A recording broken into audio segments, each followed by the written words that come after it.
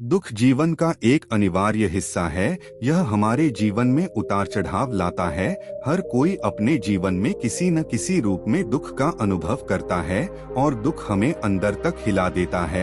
लेकिन यह याद रखना महत्वपूर्ण है कि दुख हमेशा के लिए नहीं रहता। जैसे मौसम बदलता है वैसे ही दुख भी आता जाता है। कुछ लोग दुख में डूब जाते हैं और खुद को इससे उभरने नहीं देते, लेकिन कुछ लोग दुख से सीखते हैं और मजबूत बनकर उभरते हैं। नमस्कार दोस्तों, स्वागत है आप सभी का आपके YouTube चैनल पीसी भाई जी में। आज हम जानेंगे कि कैसे एक सुखी व्यक्ति अपने आप को दुख में डाल लेता है और वह दुखी हो जाता है। तो चलिए शुरू करते हैं बिना देरी किए हुए आज की कहानी। एक बार की बात है, एक नगर में राजेश नाम का एक लड़का रहता था। वह अपने जीवन से बहुत निराश था। उसकी निराशा का कारण यह था कि वह अभी तक अपने जीवन में कुछ कर नहीं पाया था। उसके माता पिता उसे रोज तनी मरते थे कि तुम्हारे सभी मित्र कुछ ना कुछ कर रहे हैं, लेकिन तुम अभी भी घर बैठे हो। दोस्तों के बीच भी अक्सर उसका मजाक उड़ाया जाता था। जब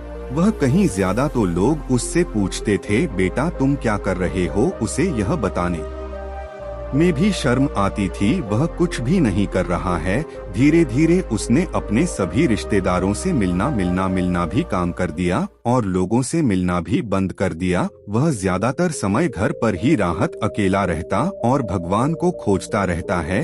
वह अपनी किस्मत को दोष देता था। अब उसे अपना जीवन बोझ लगने लगा था। कभी कभी वह सोचता कि कब वह कुछ करने के योग बनेगा और फिर वह सोचता कि जिंदा रहने से अच्छा है कि वह मर ही जाए। एक दिन वह अपने नगर की एक गली से गुजर रहा था। तभी उसने देखा कि एक बौद्ध भिक्षु दुख और परेशानियों पर उपदेश दे रहे हैं। वह भी इस भीड़ में सबसे पीछे बैठकर बौद्ध भिक्षु जी के प्रवचन सुनने लगा। बौद्ध भिक्षु जी कह रहे थे कि दुख हमें जीवन की कीमत समझता है और हमें सिखाता है कि सुख कितना अनमोल है। दुख एक शिक्षक की तरह है जो हमें जीवन की सच्चाई दिखता है और हमें जीने का सही तरीका सीखता है। दुख आने पर आप चाहें तो जिंदगी जीना भी सीख सकते हैं और आप चाहे तो कुछ भी हासिल कर सकते हो, और अगर आप चाहो तो एक कोने में बैठकर जो भी सकते हो। इन सभी बातों को राजेश ध्यान से सुन रहा था, लेकिन बौद्ध भिक्षु जी की यह बातें उसे पसंद नहीं आई। उसने खड़े होकर कहा, कुछ भी सीखने से दुख दूर नहीं होता है, इसमें केवल दर्द होता है। दुख की पीड़ा अनंत है। ऐसा लगता है कि इसके बाद कुछ होने वाला नहीं है, इससे कुछ भी फर्क नहीं पड़ता है, इसके सामने तो मौत भी छोटी लगती है। तब बौद्ध भिक्षु ने कहा, बेटा तुम्हारा दुख क्या है? तब राजेश ने उनके सामने अपनी सारी समस्याएं और बेटा सुने और बौद्ध भिक्षु से पूछा, मेरी इन दुखों का क्या समाधान है? यह सुनकर बौद्ध भिक्षु मुस्कुराए और बोले, तुम उसी दिन मेरे पास आना जब तुम्हारे जीवन में वास्तविक दुख आए। मैं तुम्हारी समस्या का समाधान अवश्य करूंगा। यह कहकर बौद्ध भिक्षु जी वहां से चले गए। राजेश ने सोचा, क्या है? मेरा दुख नहीं है तो क्या है? मैं जिस दर्द से गुजर रहा हूँ मैं असली दुख नहीं है। क्या मेरा दुख कोई नहीं समझ सकता?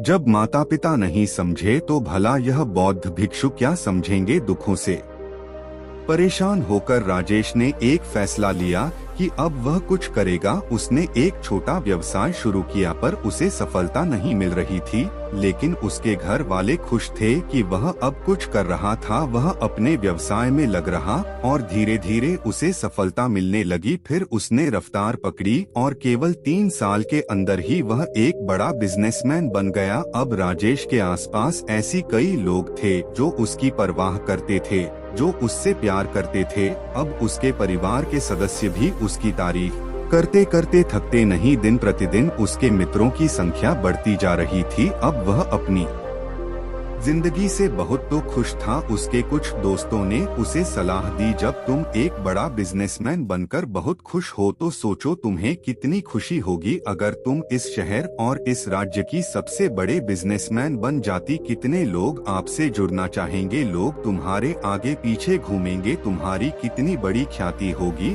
और स्वयं राजा भी आपसे दोस्ती करना चाहेंगे। जरूरत पड़ने पर आपसे पैसे भी उधार लेंगे। दोस्तों की यह बात राजेश के मन में बैठ गई। अब वह पैसे कमाने की कोशिश करने लगा, लेकिन उसे यह आप बहुत ही जल्दी चाहिए था। वह समय बर्बाद नहीं करना चाहता था। वह अधिकांश समय इन चीजों को प्राप्त करने में लगने लगा, इसलिए है वह ऐसे काम करने लगा जो सही नहीं थे। उसने पैसे उधार लेना शुरू कर दिया था, अपने दोस्तों से पैसे की मांगने और अधिक मुनाफा कमाने के लालच में वह अपने मॉल में मिलावट करने लगा। उसने अन्य व्यापारियों के खिलाफ भी साजिश रची और उन्हें धमकाया। जैसा उसके दोस्त कहते थे वैसा ही करता था। वह इन तरीकों से ज्यादा पैसा कमा रहा था, पर अब उसके जीवन में पहले जैसा चैन नहीं रहा। उसकी मानसिक शांति गायब हो गई थी और रात को ठीक से सो नहीं पता था। वह इन विचारों में रहता था कि वह सब कुछ कर रहा था, पर उसे किसी चीज में सुख नहीं मिल रहा था। एक दिन राजेश अपनी गाड़ी से कहीं जा रहा था, तभी रास्ते में उसे एक बौद्ध भिक्षु का आश्रम दिखाई दिया। वह बौद्ध भिक्षु के पास जाकर बोला, आपने मुझे कहा था कि जब कभी आपके जीवन में सच्चा दुख आए तो मेरे पास चले आना। अब मैं बहुत दुखी हूँ, मेरी नींद हराम हो गई है, मुझे कहीं भी शांति नहीं मिल रही है। इस प्रकाश राजेश ने अपनी सारी समस्याएं बौद्ध भिक्षु जी को बताएं। तभी उन बौद्ध भिक्षु ने कहा, जब तुम पहली बार मुझसे मिलने आए थे तब भी तुम किसी दुख में थे, तुमने उसे दर्द में क्या सीखा? राजेश ने कहा, सिर्फ सोने और चिंता करने से कुछ भी नहीं होता। अपनी दृष्टि को सच करने के लिए मेहनत भी जरूरी है और सिर्फ मेहनत करने से भी कुछ नहीं होता, परिणाम भी मिलना चाहिए। जब आपको लगे कि आपका लक्ष्य हासिल नहीं होने वाला है, तब राह में चाहे कितनी भी मुश्किल आए, मन कितना अभी नाराज क्यों ना हो, खुद पर आत्मविश्वास करना चाहिए कि मैं जो भी कर रहा हूँ उसमें अवश्य सफलता मिलेगी। लोग केवल सफल लोगों का सम्मान करते हैं, कोई कितना भी अच्छा क्यों ना हो वह हमेशा लोगों की नजरों में बोझ बना रहता है। यह सब सुनकर बौद्ध भिक्षु मुस्कुराए और बोले, यह वास्तविक में दुख नहीं है। जब तुम्हारे जीवन में वास्तविक रूप से दुकान तक तुम मेरे पास आना, मैं उसे वास्तविक रूप से ठीक कर दूंगा। राजेश ने जाते समय बौद्ध भिक्षु को सोने के सिक्कों से भरा घड़ा भेंट किया। घड़ा देखकर बौद्ध भिक्षु ने कहा, यह मेरे किसी काम का नहीं है, इस पेड़ के नीचे गड्ढा खोदकर गाड़ दो। राजेश ने घड़े को पेड़ के नीचे दबा दिया। जैसा कि बौद्ध भिक्षु ने बताया, उसने वैसा ही किया और वहां से चला गया। कुछ दिनों तक उसका कारोबार ठीक चल रहा, लेकिन व्यापार के गलत तरीकों के कारण धीरे धीरे उसे व्यापार में घाटा होने लगा। उसकी सारी दौलत धीरे धीरे खत्म होने लगी और एक दिन ऐसा भी आया जब उसके पास कुछ भी नहीं बचा और उसे पर कर्ज का बोझ चढ़ गया, परंतु वह निश्चित था क्योंकि उसने सारा कर्ज अपने दोस्तों से लिया था। उसने सोचा था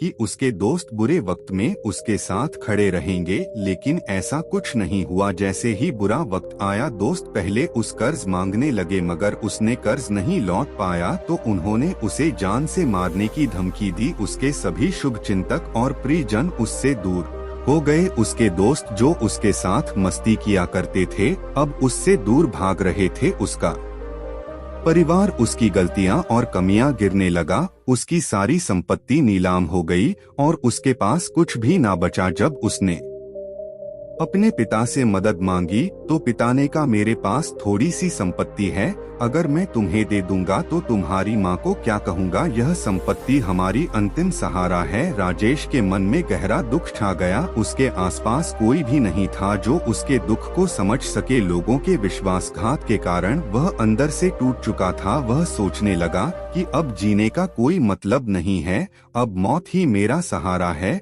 वह आत्महत्या करने के लिए पहाड़ी पर जा रहा था, तब उसे याद आया कि बौद्ध भिक्षु ने उससे कहा था, जब उसे जीवन में वास्तविक दुख आए तो उनके पास आना। राजेश बौद्ध भिक्षु के पास आया और अपनी सारी व्यथा सुनाई। आंखों में आंसू लिए उसने कहा, बौद्ध भिक्षु मेरे दुख का निवारण कीजिए। तब बौद्ध भिक्षु ने कहा, जब जीवन में असली दुख आए तब मेरे पास आना, मैं इसे जरूर ठीक करूंगा। पहले आप मुझे बताओ कि आपने अपने दुख से क्या सीखा? राजेश ने कहा, मैंने यह सीखा कि जो लोग हमारे जीवन में आते हैं वे हमारी सफलता और प्रगति के कारण हमें धोखा जरूर देंगे, क्योंकि बुरे समय में वे हमारे साथ नहीं खड़े होंगे, भी अच्छे समय में ही हमारा फायदा उठाएंगे और बुरे समय में हमें छोड़ देंगे। उन लोगों पर ही भरोसा करें जो हमारे बुरे समय में हमारे साथ खड़े रहते हैं। लेकिन ऐसे लोग बहुत कम होते हैं। जिनके पास हैं उन्हें उनकी सराहना करनी चाहिए, उनका अपमान नहीं करना चाहिए, कभी भी किसी के खिलाफ साजिश नहीं रखनी चाहिए, अपना काम ईमानदारी और धैर्य से करने और कभी लालची ना बने। अपने सारे दुख दर्द और अनुभव बयान करने के बाद राजेश ने बौद्ध भिक्षु के सामने आंखों में आंसू लिए बैठ गया। कुछ देर बाद बौद्ध भिक्षु उठे और पेड़ के नीचे गड्ढा खोदा और वह घड़ा निकाला जो सोने के सिक्कों से भरा है हुआ था। उन्होंने राजेश को देकर कहा, मेरे पास तब आना जब तुम्हारे जीवन में वास्तविक दुख हो। राजेश ने बौद्ध भिक्षु को धन्यवाद दिया और उन्हें प्रणाम करके चला गया। उसने पैसों से एक छोटा सा व्यवसाय शुरू किया। अब वह छोटा व्यापारी बनकर भी खुश था। उसने पूरी लगन और ईमानदारी से कारोबार किया। जल्दी वह अपने शहर में एक बड़ा व्यापारी बन गया। उसका जीवन सुख सुविधाओं से भरा हुआ था। लेकिन जीवन में दुख कभी भी आ सकता है। राजेश के जीवन में भी दुख आया। उसके माता पिता की मृत्यु हो गई। वे दोनों एक ही दिन मर गए। राजेश अपने माता पिता से बहुत प्यार करता था, इसलिए उनके निधन से उसे गहरा सदमा लगा। उसने अपने माता पिता का अंतिम संस्कार किया। शव जलते हुए देखा तो उसका मन बेचैन हो उठा। उसके मन में कई सवाल उठने लगे। वह घर वापस आया। उसने अपने माता पिता के घर और संपत्ति को देखा जिनके लिए उसके माता पिता हमेशा लड़ते रहे। आज वह खाली पड़ा है। जिन्होंने इसकी देखभाल की, इसके लिए प्यार किया, वे इस दुनिया से चले गए। उसके पिता ने जो कुछ भी कमाया है सब यही रह गया। एक दिन पहले तक उसके पिता मारपीट करते थे किसी के साथ अपनी संपत्ति के लिए। आज वे खुद इस दुनिया से चले गए। उनका मन ऐसे अनेक विचारों में भटक रहा था। वह अंदर से अकेला और डरा हुआ महसूस कर रहा था। वह खाली महसूस कर रहा था। उसे लगा कि कुछ तो है परंतु है समझ नहीं सका। इसलिए वह बौद्ध भिक्षु के पास गया। उसे देखकर बौद्ध भिक्षु ने कहा, क्या जीवन में कोई दुख नहीं है? राजेश ने कहा, वैसे तो जीवन में कोई दुख नहीं है, सब कुछ अच्छा चल रहा है, लेकिन आज मेरे माता पिता का देहांत हो गया है। मैं इस घटना से बेहद दुखी और परेशान हूँ। बौद्ध भिक्षु ने कहा, इसमें दुखी होने की क्या बात है? एक दिन सबको मरना है, मुझे भी मरना है, तुझे भी मरना है। शायद तुम कल ही मर जाओ या आज ही मार सकते हो। राजेश ने कहा, क्या कह रहे हो? बौद्ध भिक्षु जी, मैं भी मर जाऊंगा, लेकिन मैं अभी जवान हूँ। बौद्ध भिक्षु ने कहा, सभी इस भ्रम में जी की मृत्यु केवल बूढ़ों को है, लेकिन ऐसा नहीं है। जवान भी मर जाते हैं, बच्चे भी मर जाते हैं। मौत का उम्र से कोई लेना देना नहीं है, यह सभी को प्रभावित करती है। बौद्ध भिक्षु की यह बात है राजेश के मन में बैठ गई और वह चुपचाप चला गया। लेकिन उसकी मन अभी भी बेचैन था। वह खाली महसूस कर रहा था। वह सारा दिन अपने भीतरी सोचता रहता कि वह कौन है, वह इस दुनिया में क्यों आया है, इस जीवन का क्या लक्ष्य है।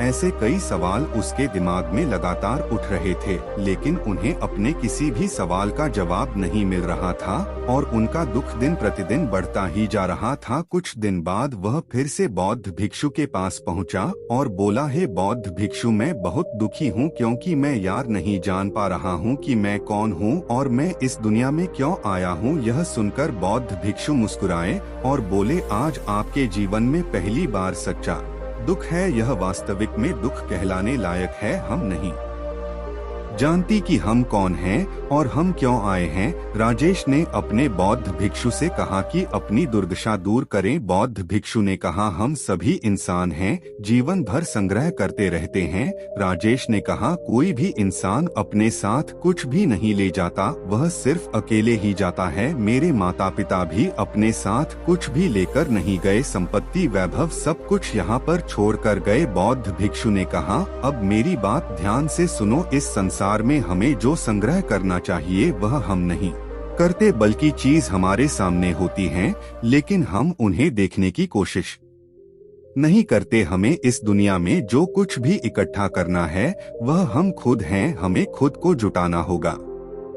ताकि जब हम मेरे तो हम एकजुट हो सके और खुद को पहचानने में सक्षम हो सके। हम अंदर बैठे हुए हैं, हम प्यारा नफरत गुस्सा इश्यों में बैठे हुए हैं। कर्तव्य धन थिस्ती प्रतिष्ठा सम्मान पहचान धर्म जाति सैकड़ों हजारों जैसी चीजों से इच्छाओं में हम विजित है और टुकड़ों में जीवन जी रहे हैं। इस विभाजन के कारण हमारी चेतन कभी एक नहीं हो सकती। हमारी चेतना की शक्ति बिखरी हुई है, इसलिए हमारे पास इतना समय नहीं है, इतनी ऊर्जा नहीं है कि हम मर सकते हैं और अपने भीतर देख सकते हैं। वास्तविक में धन सम्मान और सुविधाओं के अभाव को लोग दुख समझते हैं और जीवन भर के लिए इस दुख का कारण बताते हैं रहते हैं और समाधान खोजने का प्रयास करते रहते हैं। उन्हें अपना समाधान कभी नहीं मिलेगा, क्योंकि जिसे लोग दुख कहते हैं वह दुख नहीं है, यह सिर्फ एक आदमी की इच्छा है। उसकी इच्छा कभी पूरी नहीं होगी, इसीलिए व्यक्ति को कभी उसके प्रश्नों का समाधान नहीं मिलता। इसलिए इन सबसे परे यदि आप अपने दुख का परम समाधान चाहते हैं तो सबसे पहले खुद को समेटना होगा। इस दुनिया से अपनी ऊर्जा वापस ले लो और इकट्ठा करो। अपने आप पर ध्यान केंद्रित करो, स्वयं पर ध्यान दो। अपनी मृत्यु से पहले अपने आप को जानने की कोशिश करो, बिखर मत। राजेश ने कहा, बौद्ध भिक्षु जी, क्या हमें संसार को छोड़ देना चाहिए? हमारी सारी इच्छाओं को मार देना चाहिए? किसी से प्रेम नहीं करना चाहिए? धन संग्रह नहीं करना चाहिए? सम्मान की आशा नहीं करना चाहिए? बुद्ध भिक्षु ने कहा, भावना और इच्छाओं से बिखरे हुए मनुष्य में से बाहर निकल आओ। जैसे कोई पत्थर पहाड़ से अलग होकर गिरता है, जब वह गिरता है तो पर्वत का कोई नियंत्रण नहीं होता, शिवाय देखने या परेशान होने से। ठीक वैसे ही बिखरे हुए मनुष्य की इच्छाएं बेकाबू और दनाक होती है। उसका अनियंत्रित मन इच्छा करता रहता है और कल्पना करता रहता है और यह दुख देता है। लेकिन जब एक व्यक्ति अपने मन को एकत्र करता है तो है जो कुछ भी करता है वह उसकी नियंत्रण में होता है, फिर उसकी इच्छा भी नियंत्रित होती है। राजेश ने कहा, आपने मेरा असली समाधान कर दिया है, अब मैं खुद तलाशने की कोशिश करूंगा। बुद्ध भिक्षु ने कहा, मानव शरीर में बहुत ऊर्जा और शक्ति है, लेकिन है फालतू के कामों में बैठा हुआ है, बेकार की बातों में लगा हुआ है। यह एक बहुत ही शक्तिशाली मशीन की तरह है और वह बिना सोच समझकर अपनी शक्ति बर्बाद कर रहा है, बना किसी नियंत्रण के। इसलिए इस शक्ति पर ध्यान दें, अपनी चेतना को इकट्ठा करें। राजेश को अपने प्रश्नों का उत्तर मिल गया। उसने बौद्ध भिक्षु धन्यवाद किया और चला गया। दोस्तों, कैसी लगी आपको आज की है कहानी? उम्मीद करते हैं आपको पसंद आई होगी। इस कहानी से आपने क्या सीखा हमें कमेंट में जरूर बताएं और यह वीडियो उन दोस्तों को भेजें जिनका इसकी जरूरत है। मिलते हैं किसी नई वीडियो में, तब तक के लिए सभी भाइयों को नमो बुद्धाय। हेलो दोस्तों, अगर आपको बात बोल पर गुस्सा आता है, आप गुस्से को नहीं कंट्रोल कर पाते हो, आप चिड़चिड़ापन में रहते हो और आपको कुछ चीज अच्छी नहीं लगती, तो यह कहानी जरूर सुने। दोस्तों, आपका हमारे चैनल में दिल से स्वागत है। आप हमारे चैनल पर ऐसे ही प्यार बनाए रखिए, हम आपको नई नई कहानी, प्यारी प्यारी कहानी सुनाएंगे। रमेश की पत्नी को बहुत गुस्सा आता था और वह गुस्से में किसी को कुछ भी बोल देती थी, लेकिन ज्यादा गुस्सा और फालतू बोलने की वजह से कभी कभी उसके घर वालों को काफी दुख होता था कि उसे इतनी भी समझ नहीं है कि गुस्से में क्या बोलना चाहिए और क्या नहीं बोलना चाहिए। लेकिन गुस्सा करने के बाद जब उसका गुस्सा शांत होता तब वह आके माफी भी मांगती कि मेरे से बहुत बड़ी गलती हो गई, मुझे क्षमा करें, आगे से मैं ऐसा बिल्कुल नहीं करूंगी। लेकिन इतना करने के बाद भी उसका गुस्सा कभी खत्म नहीं होता था और वह हर छोटी छोटी बात पे गुस्सा और हर छोटी छोटी बात पे चीजों को काफी गुस्से के बोलना उसकी आदत बन गई थी। उसके गुस्से से उसके घर वाले बहुत परेशान थे और न चाहते हुए भी इसका इलाज उनको नहीं मिल रहा था। एक समय के बाद गांव एक व्यक्ति ने उन्हें बताया कि नगर में एक महात्मा आए हुए हैं। सुना है उनके पास हर समस्या का समाधान है। आप सब क्यों अपनी बहू को लेकर उन महात्मा के पास जाइए, क्योंकि वह सुना है कि वह हर समस्या का समाधान बड़े ही आसानी से और सरलता से बता देते हैं। अगर आप सब वहां पर जाएं, तो निश्चय ही आपकी समस्या का समाधान मिलेगा। इतना सुनते ही उसके घर वाले उसको लेकर उस महात्मा के पास चले गए। चलते चलते वो थक गए और शाम हो गई, क्योंकि उनका आश्रम बहुत दूर था। देर शाम होते होते वह महात्मा के आश्रम में आखिरकार पहुंच ही गए। महात्मा के आश्रम में जाकर देखा तो वह सभा कर रहे थे और लोगों को प्रवचन दे रहे थे।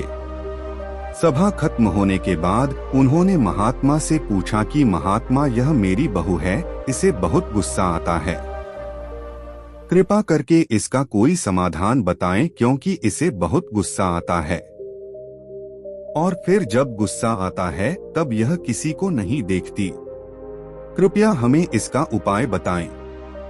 महात्मा मुस्कुराए और बोले, एक कहावत है, क्रोध से पहले सोचो, उसे दोबारा उगलने से रोको।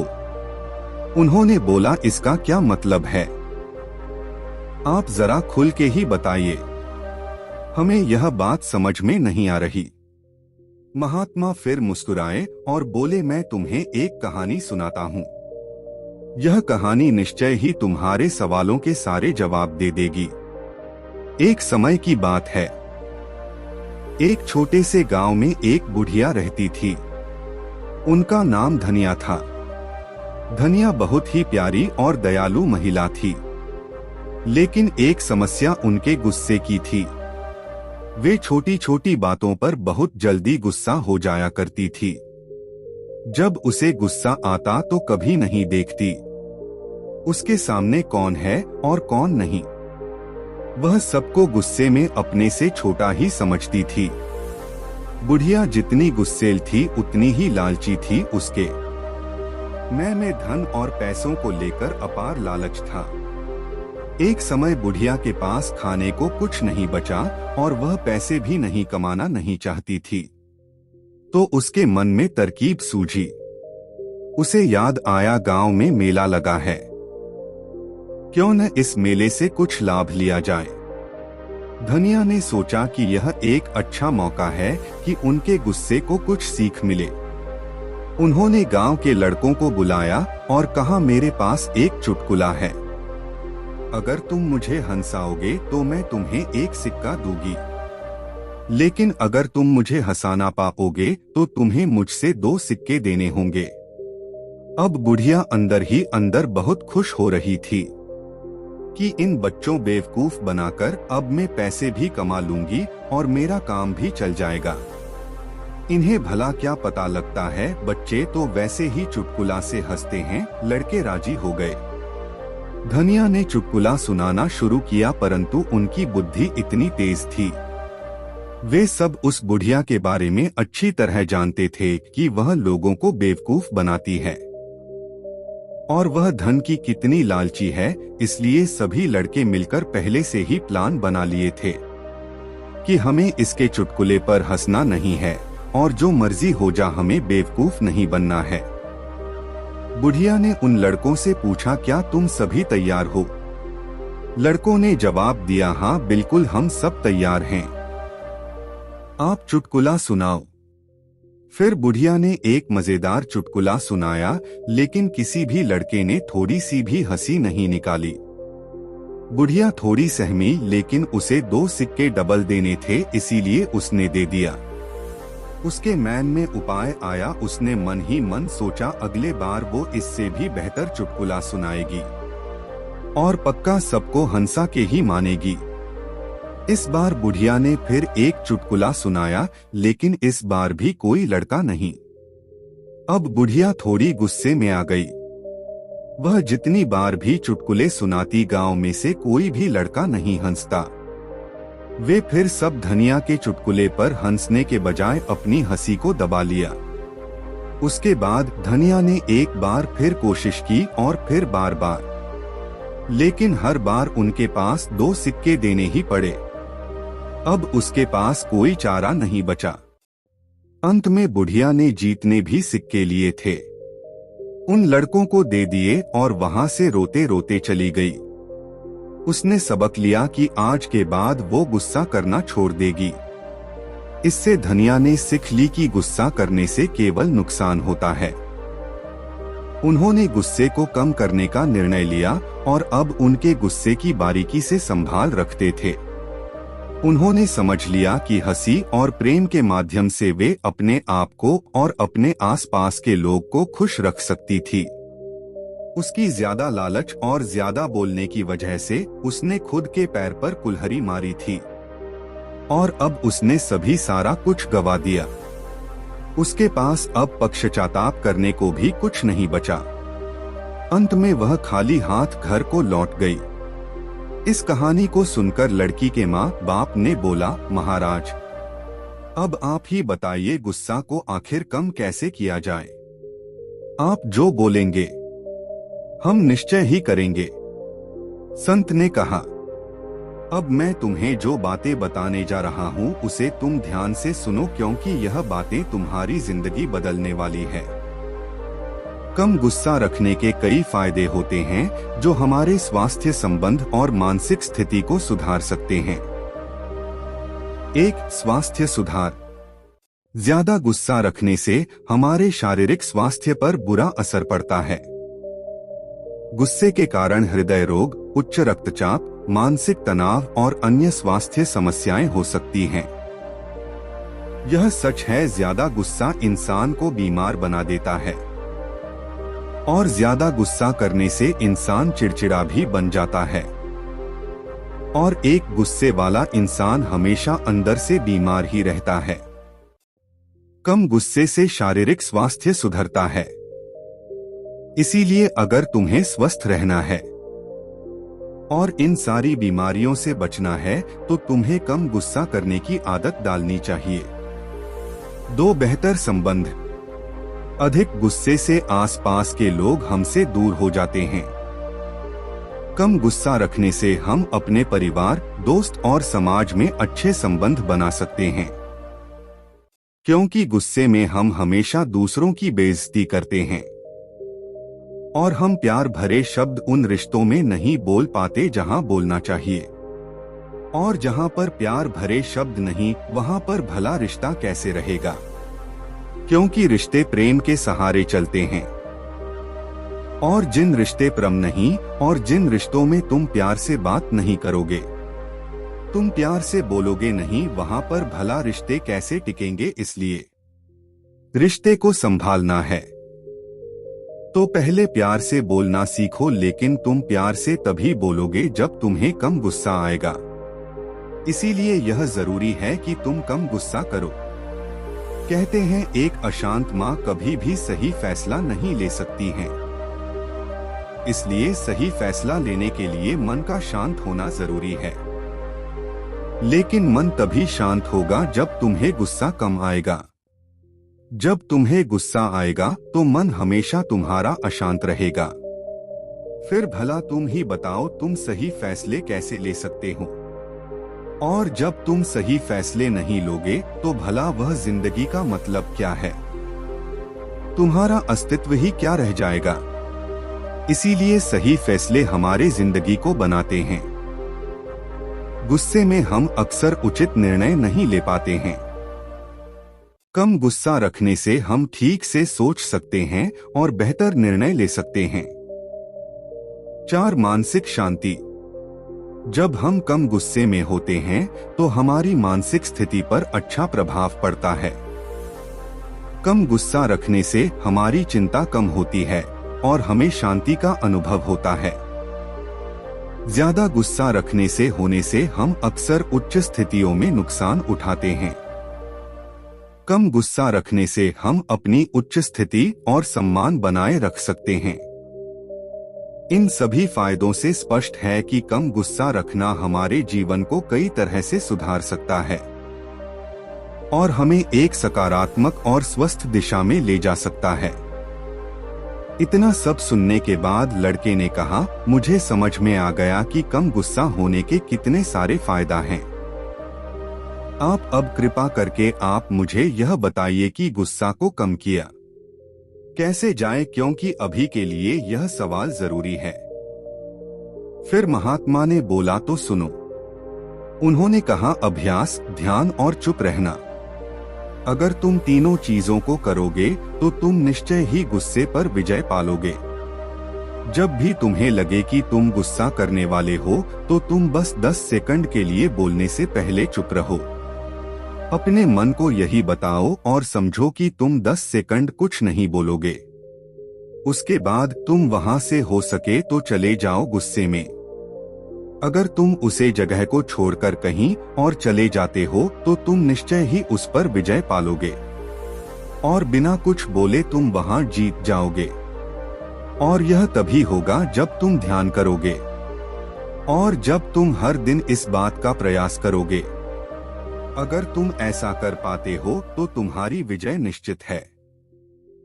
फिर उस लड़के ने महात्मा का धन्यवाद कहा और वहां से चला गया। आपको इस कहानी से क्या सीखने को मिला कमेंट में हमें जरूर बताएं। मिलते हैं कि नई वीडियो में, तब तक के लिए सभी भाइयों को नमो बुद्धाय। बहुत खूबसूरत हो तुम। कभी मैं जो कह दूं कि मोहब्बत है तुमसे तो मुझको खुदारा गलत मत समझना कि मेरी जरूरत हो तुम। बहुत खूबसूरत हो तुम। हेलो दोस्तों, नमो बुद्धाय। एक और नई वीडियो में आपका स्वागत। आज हम इस वीडियो में जाने वाले हैं कि सही समय कब आता है। भगवान बुद्ध की इस कहानी एक बार की बात है। गौतम बुद्धा अपने शिष्यों के साथ एक गांव से दूर किसी बड़े नगर की तरफ जा रहे थे। गर्मी के दिन थे और रास्ता भी बहुत लंबा था। गौतम बुद्धा अपने शिष्यों सहित बहुत देर से चल रहे थे, जिस वजह से उन्हें बहुत प्यास लगती है। वहां से कुछ ही दूरी पर बरगद के वृक्ष की एक घनी छाव थी। सभी लोग उस वृक्ष के पास पहुंच जाते हैं। माँ बुद्ध अपने शिष्यों सहित वृक्ष की घनी छाया के नीचे विश्राम करने लगते हैं। बहुत देर से चलने की वजह से सभी का गला प्यास से सूख रहा था। यह बात बुद्ध जानते थे। बुद्ध ने अपने एक शिष्य को कहा, आप इस बरगद की छाया से 20 कदम दूर जाकर बरगद की 2 बार परिक्रमा करके वापस आओ। शिष्य वैसा ही करता है जैसा गौतम बुद्धा ने बताया। परिक्रमा के बाद जब शिष्य महात्मा बुद्ध के पास आया तो गौतम बुद्धा बोले कि क्या आपको किसी ठंडी हवा का अनुभव हुआ था? शिष्य बोला, हाँ महात्मा बुद्ध, उस उत्तर दिशा की तरफ से मुझे कुछ ठंडी हवा की अनुभव हुआ था। शिष्य की यह बात सुन महात्मा गौतम बुद्धा शिष्य से तुरंत बोले कि उसी दिशा में चले जाओ जरूर। वहां से कुछ ही दूर पर एक तालाब अवश्य मिलेगा। उस तालाब से सबके लिए पानी ले आओ। शिष्य उसी दिशा में जब कुछ दूर जाता है तो वहां सच में एक तालाब होता है। तालाब देख शिष्य बहुत प्रसन्न होता है और तालाब के निकट जाकर जैसे ही तालाब से पानी भरने वाला होता है, तभी शिष्य की नजर वहां दूर तालाब में कपड़े धो रही कुछ स्त्रियों पर जाती है। यह देख शिष्य मन में सोचते हैं कि यह पानी तो गंदा हो गया है। लेकिन जब शिष्य ध्यान से तालाब के पानी को देखते हैं कि अभी भी तालाब का कुछ पानी साफ है, इतने में 2 बैलगाड़ी जोर से तालाब के किनारे से होती हुई निकल जाती है। बैलगाड़ी के पहिए तालाब की मिट्टी के ऊपर इतनी जोर से निकलते हैं कि तालाब के नीचे बैठी बहुत सारी मिट्टी तालाब के ऊपर आ जाती है, जिस वजह से तालाब का बचा हुआ पानी भी गंदा हो जाता है। यह देख शिष्य बिना पानी लिए क्रोध में महात्मा गौतम बुद्धा के पास वापस चला जाता है। शिष्य बड़े ही निराशा भाव से महात्मा गौतम बुद्धा को सब बात बताता है। शिष्य की बातें सुन सभी शिष्य बोलते हैं कि हमें तुरंत यहाँ से निकलना चाहिए, किसी दूसरी जगह पानी की खोज करनी चाहिए, वरना प्यास के मारे जान निकाल जाएगी। इधर महात्मा गौतम बुद्धा सभी को शांत होने के लिए कहते हैं और बोलते हैं कि धीरज रखो, कुछ देर यही बैठो, उचित समय आने तक संयम बनाए रखो। सभी महात्मा गौतम बुद्धा की बात सुनकर शांत हो जाते हैं और वही बैठ जाते हैं।